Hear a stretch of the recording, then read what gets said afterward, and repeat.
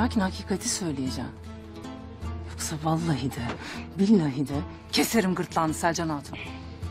De bana, neden şüphe edersin? Banu Çiçek, sen bilirsin. Aytol'un Duru yengem ölmeden evvel Korkut dayımın oynaşıymış. Yaşlı kadından öğrendim. Dahasını da öğrenecektim. Lakin kadının canını aldı. Ama ben bilirim. Bilirim Banu Çiçek. Ne bilirsin, daha ne bilirsin? Aytol'un Otağın hatunu olmak için Duru yengemi öldürdü.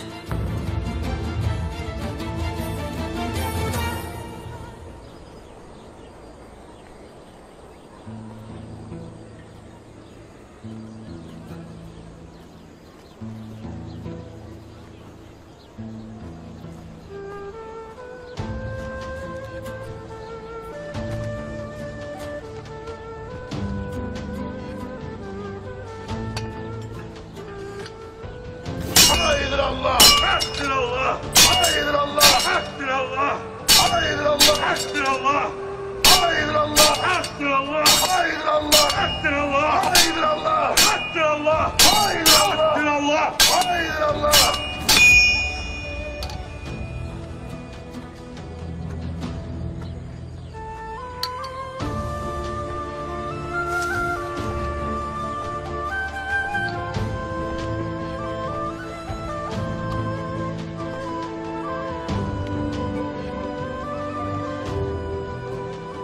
Gelme dedim. Nice yiğitler senden, nice zülfikarlar bekler dedim. İki cihan bir araya da gelse, Deli Demir Noyan'ın bu obadan elini kolunu sallayarak gitmesine izin vermezdi.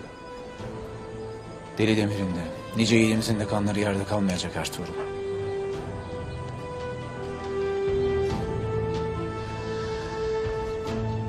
Obadaki haini bulmadan ne yiğitlerimizin kanlarının hesabını ne de Noyan'ın hesabını görebiliriz ağabey. Mühür Tangut'un eline nasıl geçti? Neden Noyan'a baş kaldırdı? Bütün bunların cevabı burada Ertuğrul. Bu obada.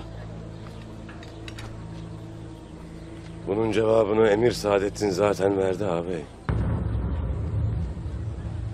Ne demek istersin kardeş? Tangut'u kullanmaya kalkan obada kimleri kullanmaz derim.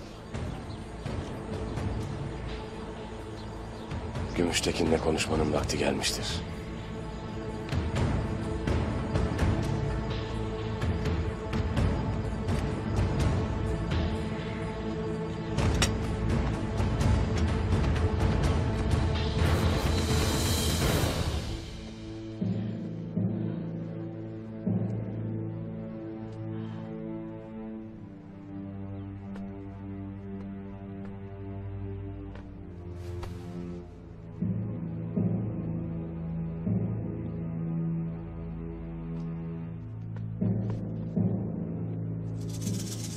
Banu Çiçek,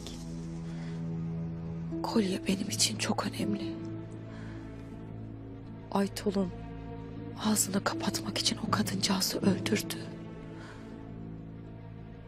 Goncagül'de benim kolyemi kullanıp yaşlı kadını benim öldürdüğümü herkese söylemekle tehdit eder. Bana inanman için daha ne diyeyim? Duru Hatun hem ablama hem bana analık etti. Büyüttü. İkinci bir ana oldu bize. Bana yardım edecek misin? Duru yengemin de intikamını almak için. Bana yardım edecek misin?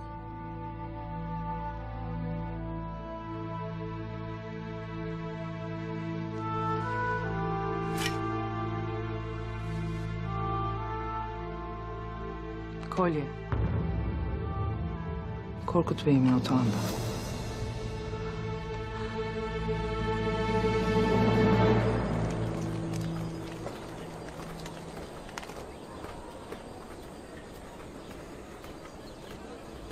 Nasılsın Goncagül Hatun? İyiyim beyim, sen? Sağ olasın. Gökçe Hatun nasıldır? Heyecandan ne edeceğini bilemez.